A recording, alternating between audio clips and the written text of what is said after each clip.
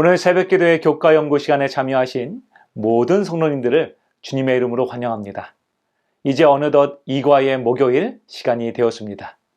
여러분들은 이번 이과를 공부하시면서 마음의 결심을 하셨습니까? 교과책 23페이지에서 나오는 결론의 부분을 우리가 한번 살펴보면 저자는 오늘 우리에게 다음같이 이야기하고 있습니다.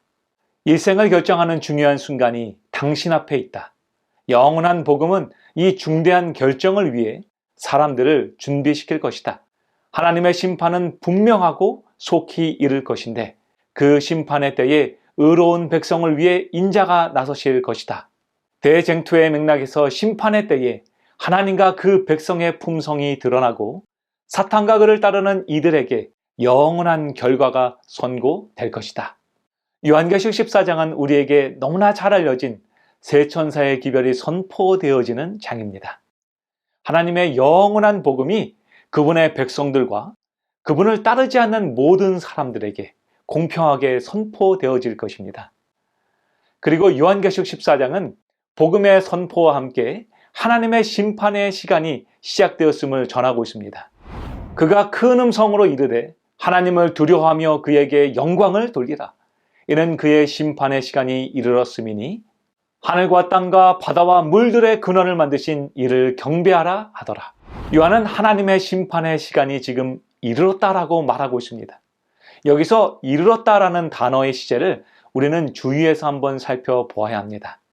요한은 지금 이르렀다라는 말을 표현할 때 헬라어 시제인 아오리스트 시제, 즉 부정과거 시제를 사용하고 있습니다.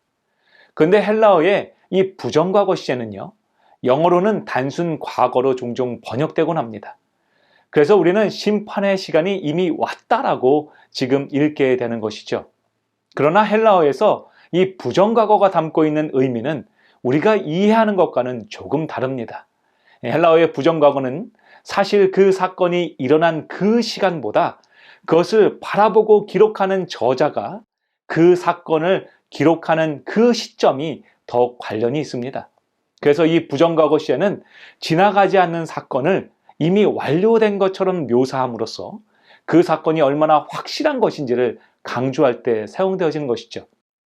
그렇기 때문에 우리가 요한계시록 14장 4절에 하나님의 심판의 시간이 이르렀음이니라 라는 이 본문을 해석할 때 우리는 요한이 바라보는 그 시점에서 이미 하나님의 심판이 시작되었지만 아직 우리의 시간 속에서는 그 심판이 완료되지 않은 것을 반드시 기억해야 합니다. 여러분, 이것은 우리에게 매우 중요한 사실 하나를 알려줍니다. 그것은 바로 우리에게는 아직 결정할 시간이 주어져 있다는 것입니다. 우리의 결정으로 하나님의 심판의 그날에 우리가 받게 될 그 결과는 바뀌게 될 것입니다. 또한 사도 요한은 우리에게 하나님의 심판이 이르렀다고 말함으로써 하나님의 심판은 우리에게 다가올 확실한 사건이며 모든 사람들이 겪게 될 하나님의 심판의 시간이 있다는 것을 우리에게 말하고 있습니다. 그래서 오늘 목요일 교과 연구를 우리 함께 할 때에 임박한 하나님의 재림의 날에 사랑하는 주님 앞에서 우리의 모습을 한번 기억하고 생각해 보면서 마음의 결심을 하는 그 은혜가 이 시간 가운데 함께하기를 소망합니다. 우리도 함께 기도로서 오늘 교과 연구를 시작하겠습니다. 사랑과 은혜가 충만하신 아버지 하나님, 오늘 우리에게 이 축복의 아침을 허락하시니 감사합니다. 또한 이 새벽 하나님의 말씀 우리와 함께 읽음으로써 우리의 마음 가운데 하나님의 확실한 예언과 또한 재림의 소망을 주시니 감사합니다. 그 말씀이 우리를 인도하게 하시고 다시금 주님 앞에 서는 놀라운 경험을 하는 축복의 시간 되게 인도하여 주시옵소서. 이 모든 말씀 예수님의 이름으로 간절히 기도드리옵나이다. 아멘. 오늘 목요일 교과의 주제는 모든 씨앗은 열매를 맺음입니다. 우리가 성경을 읽다가 보면 예수님께서 하나님의 심판에 관해서 하신 몇 가지 비유들을 종종 발견하곤 합니다. 여러분들이 기억하시는 하나님의 심판과 관련된 비유들에는 어떠한 것들이 있습니까? 우리가 한번 생각해 보면 양과 염소의 비유, 그리고 알곡과 가라지의 비유, 또한 곡식과 쭉정이의 비유 등과 같이 정말로 하나님께서는 다양한 비유들을 성경을 통해서 우리에게 알려주셨습니다. 그런데 우리가 이러한 비유들을 읽다가 보면 한 가지 특징을 발견하게 되는데요. 하나님의 심판은 영적인 분리, 즉 나눔으로 표현되어지고 있다는 것입니다. 마태복음 13장 47절로 50절 역시 예수님께서는 그분의 심판의 날에 대해서 이렇게 비유하십니다. 또 천국은 마치 바다에 치고 각종 물고기를 모는 그물과 같으니 그물에 가득함에 물가로 끌어내고 앉아서 좋은 것은 그릇에 담고 못된 것은 내버리느니라. 세상 끝에도 이러하리라. 천사들이 와서 의인 중에서 악인을 갈라내어 풀무불에 던져 넣으리니 거기서 울며 이를 갈리라. 예수님께서는 마태복음 13장을 통해서 천국은 마치 바다에 치는 그물과 같다라고 말씀하셨습니다. 하나님의 그물이 올려질 때 그물 안에는 물고기가 가득하였습니다. 하지만 어부는 그 그물 안에서 좋은 것과 못된 것을 분리합니다. 그렇다면 여러분, 어떤 물고기가 좋은 물고기고 어떤 물고기가 못된 물고기일까요? 여기서 헬라어 표현의 의미를 우리가 한번 깊이 바라보면 예수님께서는 좋은 것을 표현하실 때 카로스, 즉 선한 것이다라고 말씀하셨습니다. 또한 못된 것을 표현하실 때는 사프로스, 더러운 것이라고 말씀하셨죠. 즉 지금은 같은 그물 안에 있는 것 같지만 그리스도의 은혜로 전결하여진 것과 여전히 세상의 악취로 더러운 것은 하나님 앞에서 구분되어진다라고 말씀하신 것입니다. 요한계시록 14장에도 이와 같은 심판의 순간에 영적인 분리, 즉 두 종류의 수확이 있을 것이라고 말하고 있습니다. 첫 번째 수확을 요한계시록 14장은 이렇게 묘사하고 있습니다. 또 내가 보니 흰 구름이 있고 구름 위에 인자와 같은 이가 앉으셨는데 그 머리에는 금 면류관이 있고 그 손에는 예리한 낯을 가졌더라. 또 다른 천사가 성전으로부터 나와 구름 위에 앉은 이를 향하여 큰 음성으로 외쳐 이르되 당신의 낯을 휘둘러 거두소서. 땅의 곡식이 다 익어 거둘 때가 이르렀음이니이다 하니 구름 위에 앉으신 이가 낯을 휘두르매 땅의 곡식이 거두어지니라. 여기서 첫 번째 수확은 바로 인자 되신 우리 주님의 수확을 말하고 있습니다. 그분은 다 익은 곡식을 이제 거두십니다. 주님 안에서 아름다운 열매를 맺은 알곡들을 모으시는 것이죠. 하지만 요한은 이 첫 번째 수확이 마쳐진 이후에 두 번째 수확이 진행될 것이라고 말하고 있습니다. 요한계시록 14장 17절로 20절은 이렇게 말하고 있습니다. 또 다른 천사가 하늘에 있는 성전에서 나오는데 역시 예리한 낯을 가졌더라. 또 불을 다스리는 다른 천사가 제단으로부터 나와 예리한 낯 가진 자를 향하여 큰 음성으로 불러 이르되 내 예리한 낯을 휘둘러 땅에 포도송이를 거두라. 그 포도가 익었느니라 하더라. 천사가 낯을 땅에 휘둘러 땅에 포도를 거두 하나님의 진노의 큰 포도주 틀에 던지매 성 밖에서 그 틀이 밟히니 틀에서 비가 나서 말 굴레까지 닿았고 1600 스타디온에 퍼졌더라. 요한은 인자 대신 예수님의 수확이 마쳐진 이후에 또 다른 수확이 시작되는 장면을 바라보게 됩니다. 성경은 그 두 열매 모두 다 익어서 거둘 때가 되었다라고 말하고 있죠. 이것은 하나님의 성도들도 이제 온전히 회개함으로 주님의 의의 열매를 맺게 되었으며 악인들 역시 그들의 죄악이 온 천하를 덮었음을 나타내고 있습니다. 교과책 32페이지에는 우리에게 이렇게 가르치고 있습니다. 추수할 때가 되었고 곡식은 다 익었고 포도도 다 익었다. 우주는 하나님께 대한 반역의 온전한 결과를 보게 될 것이다. 강교함, 사악함, 죄, 불법이 사람들과 천사들 앞에서 온전히 드러날 것이다. 선과 악, 옳고 그름, 순종과 불순종 사이의 대조가 온 우주, 인간과 천사 모두에게 분명하게 드러날 것이다. 이제 분명히 모든 것들이 다 있고 선과 악이 분명하게 드러나게 될 것입니다. 그리고 그날에 인류 모두를 위한 마지막 수확의 시간이 우리에게 주어질 것입니다. 여러분들은 두 종류의 수확 가운데 어느 수확에 참여하고 싶으십니까? 우리가 어느 수확에 참여할지 결정하기 위해서 우리는 먼저 두 수확의 차이점을 연구해 보아야 합니다. 첫 번째 두 수확 사이의 다른 점은 바로 그 낫을 가진 사람이 다릅니다. 첫 번째 수확에는 인자 대신 우리 예수님께서 낫을 들고 계시는데 그러나 두 번째 수확에서는 그 낫이 인자 대신 우리 예수님이 아닌 심판의 천사가 그 예리한 낫을 들고 있습니다. 그리고 두 번째 다른 점은 바로 열매가 다릅니다. 첫 번째 수확에서는 예수님께서 뿌리신 그 씨앗이 열매를 맺어 땅의 곡식을 수확하게 됩니다. 하지만 두 번째 수확에서는 땅의 포도송이를 거두라는 명령과 함께 땅의 포도송이들의 수확이 시작됩니다. 그리고 이어서 세 번째 다른 점이 있다면 그것은 땅의 곡식들은 거두어 들이지만 땅의 포도송이들에게는 하나님의 진노의 큰 포도주 틀에 던져지는 심판이 추가로 주어진다는 것입니다. 그래서 밟히며 그 피가 흘러서 이 온 땅에 적시는 일이 있겠다라고 성경은 예언하고 있는 것이죠. 자, 그렇다면 여러분들은 이 두 가지의 수확 중에 어느 수확에 참여하기를 원하십니까? 우리가 반드시 참여해야 할 수확은 포도송이의 수확이 아닌 땅의 곡식의 수확일 것입니다. 여러분, 그렇다면 무엇을 기준으로 땅의 곡식과 땅의 포도송이가 가려질까요?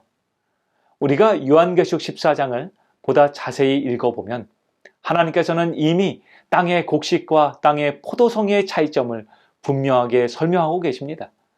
요한계시록 14장 9절로 10절은 우리에게 다음같이 말하고 있습니다.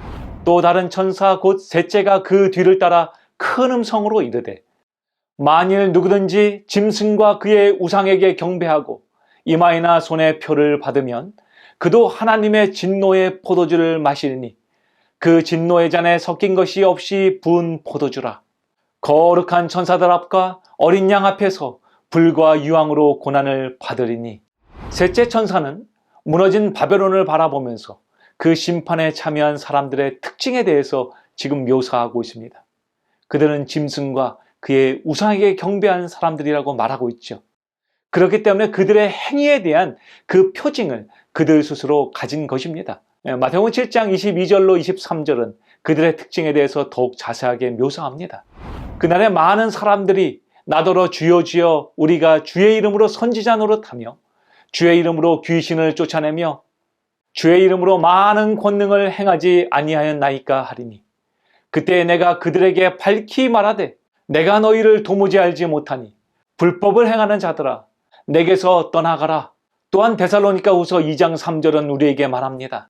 누가 어떻게 하여도 너희가 미혹되지 말라. 먼저 배교하는 일이 있고 저 불법의 사람 곧 멸망의 아들이 나타나기 전에는 그 날이 이르지 아니하리라. 지금 성경에서 예수님은 불법을 행한 사람들을 도무지 알지 못한다라고 말하고 계시죠. 그러나 교회의 배교의 시간에 드디어 불법의 사람 곧 멸망의 아들이 등장하게 될 것입니다. 그의 미혹은 전 세계적이며 모든 종교를 아우르는 시험이 될 것입니다. 그리고 너무나 많은 사람들이 그 짐승과 그의 우상에게 경배를 드리게 될 것입니다. 마치 그것이 유일한 진리인 것처럼 그들은 따를 것입니다. 이처럼 불법의 일에 참여한 사람들에 관하여 데살로니가후서 1장 7절로 9절은 말하고 있습니다. 환난을 받는 너희에게는 우리와 함께 안식으로 갚으시는 것이 하나님의 공의시니 주 예수께서 자기의 능력의 천사들과 함께 하늘로부터 불꽃 가운데 나타나실 때에 하나님을 모르는 자들과 우리 주 예수 그리스도의 복음에 복종하지 않는 자들에게 형벌을 내리시리니 이러한 자들은 주의 얼굴과 그의 힘의 영광을 떠나 영원한 멸망의 형벌을 받으리로다. 지금 사도 바울은 우리에게 분명하게 말하고 있습니다. 하나님의 복음을 듣고도 그것을 모른다고 한 사람들, 주 예수 그리스도의 복음에 복종하지 않은 사람들에게는 반드시 그 형벌이 주어진다는 것입니다. 그러나 금으로 빛나는 그 금빛 곡식에 참여한 사람들은 누구이며 어떻게 된다고 성경은 말하고 있을까요? 또한 요한계시록 14장 12절로 13절은 말하고 있습니다. 성도들의 인내가 여기 있나니 그들은 하나님의 계명과 예수에 대한 믿음을 지키는 자니라. 또 내가 들으니 하늘에서 음성이 나서 이르되 기록하라. 지금 이후로 주 안에서 죽는 자들은 복이 있도다 하시매 성령으로 이르시되 그러하다. 그들이 수고를 그치고 쉬려니 이는 그들의 행한 일이 따름이라 하시더라. 사랑하는 성도 여러분이시여, 지금 주님의 이름으로 환난을 당하나 인내로서 끝까지 하나님의 계명과 예수에 대한 믿음을 지키는 자들에게는 저 하늘에서 주어지는 쉼이 있을 것이라고 성경은 말합니다. 그 수고에 대한 그들의 땅에 얻은 열매에 대한 보상이 주어질 것입니다. 하지만 만약 우리가 매일 우리에게 외쳐지는 그 성령의 음성을 거절한다면 우리는 그 은혜의 자리에 참여하지 못하게 될 것입니다. 교회 증언 5권 511페이지에는 우리에게 말하고 있습니다. 그분의 판결에 대하여 항소할 길도 없고 오해도 결코 없고 오인도 있을 수 없는 이 장엄하고 무서운 재판석에 그대가 설 때 그대는 침묵해질 것이다. 그대가 지금 죄를 버리고 열심히 회개하고 그리스도의 의의 옷을 입지 아니하면 그대는 범죄하고 정죄받고 소망 없는 상태로 서게 될 것이다. 또한 교과책 32페이지에는 말합니다. 반복적으로 성령을 거절한 사람들을 구속하기 위해 은혜가 더 이상 할 수 있는 것은 없다.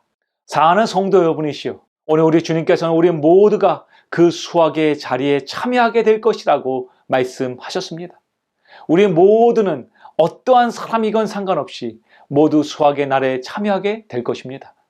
그러나 만약 우리가 오늘 지금 예수를 우리의 주로 시인하기를 거절한다면 우리 주님도 그날에 우리를 그분의 자녀로 시인하지 않으실 것입니다.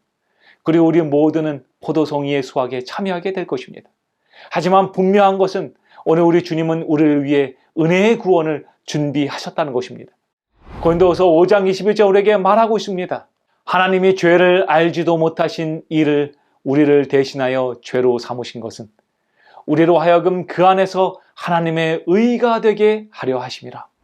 오늘 우리 주님께서는 우리 모두를 그 땅의 곡식의 수확의 자리로 인도하십니다. 그리고 오늘 우리가 결심하여서 그 영광의 날에 그 땅의 곡식의 수확의 자리에 우리 주님을 닮은 의의 열매를 일고 나아가기를 주님 원하십니다. 사랑하는 성도 여러분이시여, 오늘 우리가 결심하게 되길 소망합니다. 그 기쁨의 자리에서 주님을 만나게 되는 저와 여러분이 되기를 간절히 소망하며 오늘의 말씀을 마치겠습니다. 우리 다 함께 기도하겠습니다. 사랑하는 아버지 하나님, 오늘 저희 모두를 그 땅의 곡식의 수확의 자리로 인도하시니 아버지 감사합니다. 아버지, 저희가 우리의 생애 가운데 예수님을 닮은 의의 열매를 맺게 하여 주셔서 우리의 죄의 냄새가 아닌 예수 그리스도의 사랑의 향기를 나타내는 주의 믿음의 자녀되게 인도하여 주시옵소서. 아버지, 저희는 저희의 능력으로 도저히 이것을 할 수 없습니다. 그러나 우리 안에서 행하시는 그 주님께서 역사하여 주셔서 오늘도 주님을 만나며 주님을 나타내는 주님의 자녀의 삶 살게 인도하여 주시옵소서. 그래서 주님 오시는 그날의 그 심판의 자리에서 주님께서 우리를 위해서 준비하신 그 기쁨의 상을 맞이하는 믿음의 자녀되게 하여 주시옵소서. 아버지, 저희가 믿음 안에서 승리하는 성도 되기를 원합니다. 오늘도 우리의 매일의 삶 속에서 많은 유혹과 시험이 있지만 주의 말씀으로 승리하는 믿음의 자녀되게 인도하여 주시옵소서. 이 모든 말씀 예수님의 이름으로 간절히 기도드리옵나이다. 아멘.